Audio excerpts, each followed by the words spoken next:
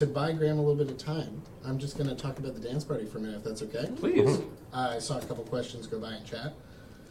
The dance party playlist removes songs after they've been played, so each song you should only hear once unless we manage to loop back around. But there are 409 songs in it this year, so it's not very likely. We have not done the full song yet. That hasn't triggered. That could happen at any point throughout the rest of the week at any time. Or not at all. Or not at all. It's possible. Like, if we don't get through it, it might not fire. We'll see. I think we've leaned on that a little bit before. I think at DB10, when we had like 70 left, and it was like the final day, and there was like the final couple hours. So we like trimmed a few and then just pressed the button a bunch. But that was a really good moment. The other question I saw that people were asking about, what was the joke there with Caravan Palace? Ooh, I just got a color change again. Oh, there. there's the sorry, that's dusk. That's sorry. dusk. The Matt, joke I lied to you. The joke there is basically that Ben is a big fan of Electro-Swing, and I'm less of a fan of Electro-Swing.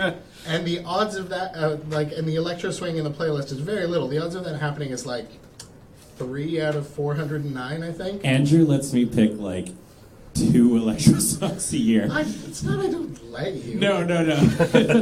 like this year, I think I only added like 1. Yeah. Yeah. And it's solid. Yeah.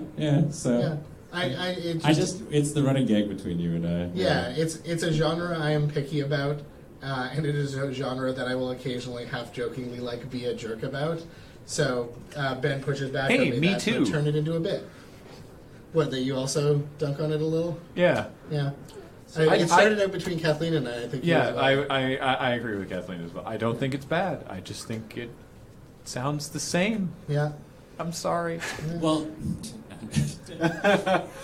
I'm not going to launch into this because we do this every year. Do it. This is no. Basically, if you're of that opinion, it's because you're listening to the super like generic stuff, and there's like several bands that are like that do try and branch out, because like the amount of times I'm sure people have heard like Lone Digger by Caravan Palace is like immense because it was too like, high. Yeah.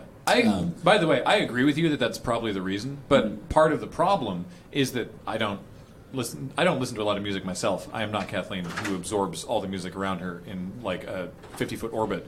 And so one of my only experiences with Electro-Swing was listening over Kathleen's shoulder to the open submissions some years ago for the dance party. That would have been and 8, I think. All of the Electro-Swing submissions were, I think, Ben, as you probably have categorized it, were the sort of the mainstream stuff. They all sounded the same. Yeah, like and I haven't gone outside that. The problem is like a lot of people will just throw like a generic like 140 BPM like beat, and then like just have like a couple of horns or something in like the background. Yeah, but, so like not to besmirch the whole genre, that's what it sounds like. Yes, yeah. But like if you actually listen to a couple of like the other songs that are on that exact same album as like Lone Digger by Caravan Palace, there's some really, really good ones. Like I found Mighty is like a really, really good song off of that album, and it does change it up quite a bit. But then there's other bands like Le Latent. They're a French band that's a lot of fun. There's Mr. Scruff is actually just a lot of fun because he does like a lot of experimental stuff as well. But yeah, it's just branch out from like the basic stuff where you Google Electro-Swing and there's some guy dancing to I don't know some like generic-y beat. For Ben and I, it's just a fun goof where we can razz each other a little bit. Yes, is all. That's our joke between each other. Yeah, exactly.